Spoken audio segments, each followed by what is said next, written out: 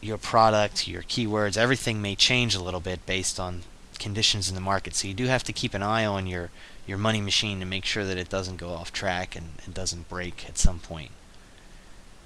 It's just like when if you write software and all the components that you're using are updated, all of a sudden it may break your whole thing, even though your stuff never changed. Your machine works.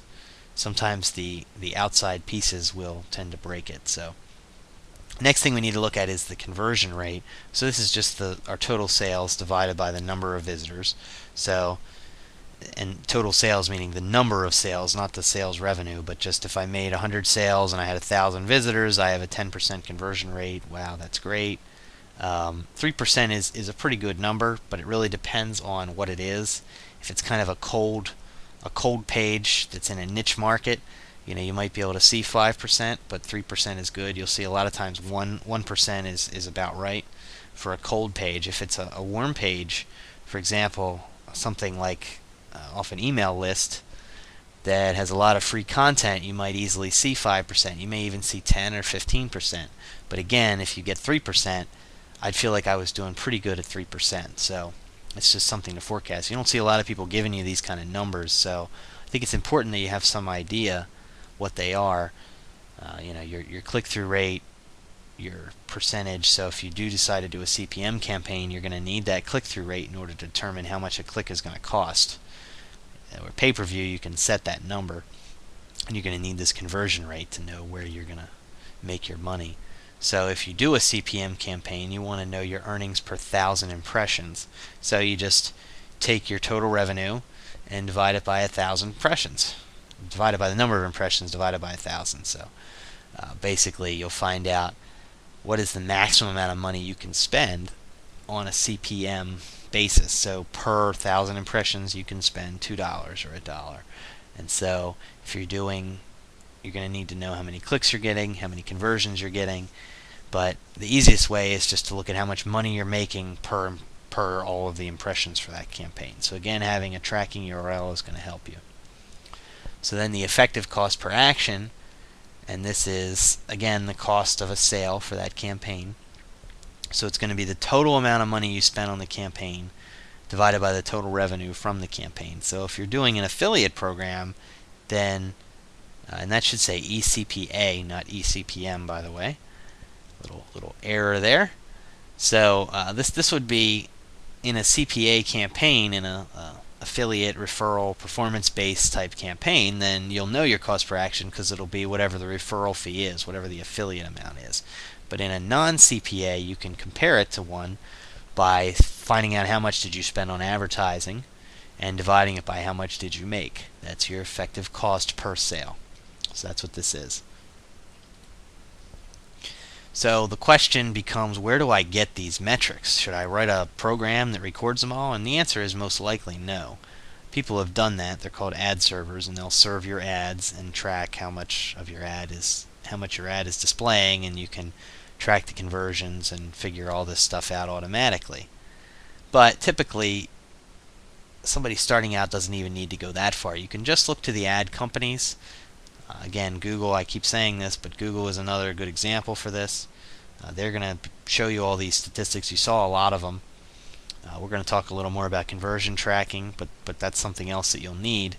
As long as you have conversion tracking and you have your ads there, you'll be able to find out. If you may want a tracking URL, to go back to your site so that at some point you can verify your statistics against theirs. Shopping cart companies, that's another one. If you do sell your products through a shopping cart, some sort of online shopping cart, then you'll want to look there for a lot of these statistics. That's mainly the conversions or the click-intos, how many people are clicking into that shopping cart. Merchant reports, when you're selling through merchant accounts. Your email providers, these are the people that actually send the mass emails out, like the Aweber and Constant Contact, those kind of places. They're going to tell you, the good ones will tell you how many people have opened your email, how many people have clicked the links in your email. That's important too. So you can work on the headlines or subject lines for your email to make sure you get more people opening it, because those are essentially your clicks, and then how many people are clicking through, because you can throw that headline in front of a lot of people and they don't even look at it. So you need people to open the email, read it, and then try to click through, so you can track both of those things to see if your subject is good and if your content is good.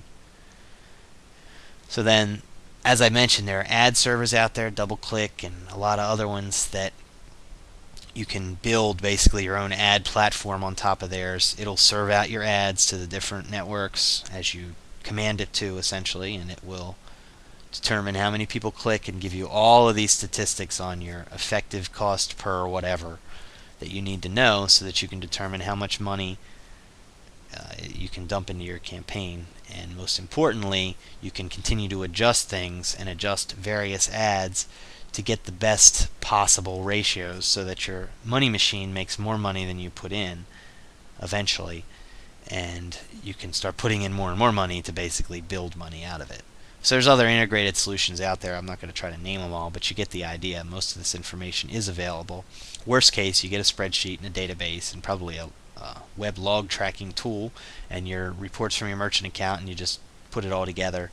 It doesn't take that long to do one campaign, to just try to figure out if, for example, your shopping cart is not integrated, you don't have conversion tracking on. You can still figure this all out and get some ideas pretty quickly just using Excel or something like that.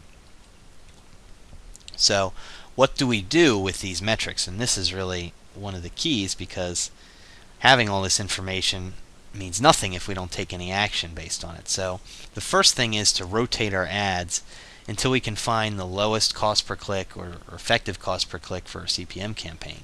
And the way we do that is usually we're looking for the highest click-through rate. That CTR is what's going to get us. So if we can find an ad with a great click-through rate, that's going to be vital in CPM campaigns, and it's going to be important in pay-per-click also.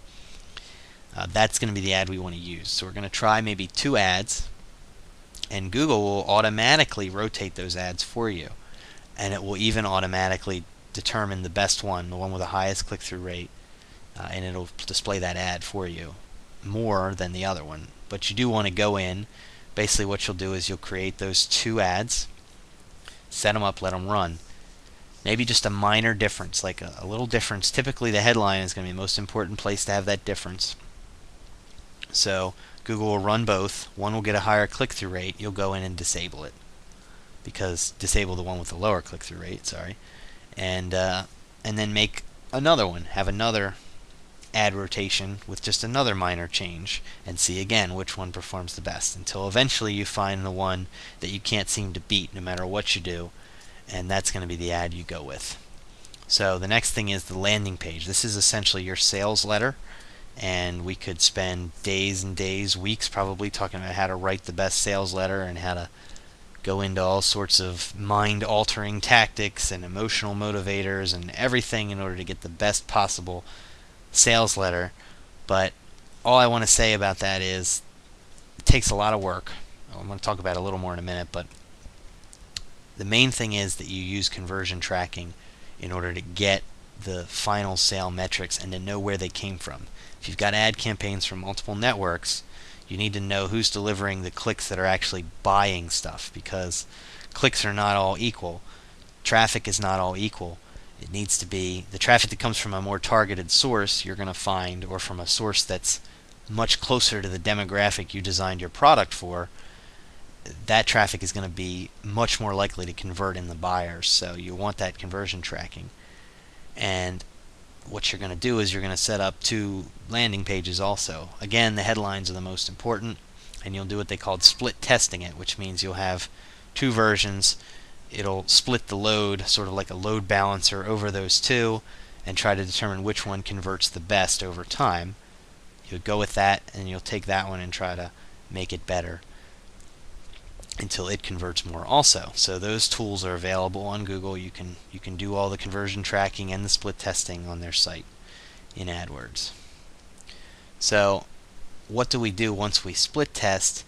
Well, we're going to tweak the one that's the best, and then we're going to try it against the original, the one that actually outperformed the other one. We're going to just drop the other one altogether and try to see if we can beat it. So when we do, if we beat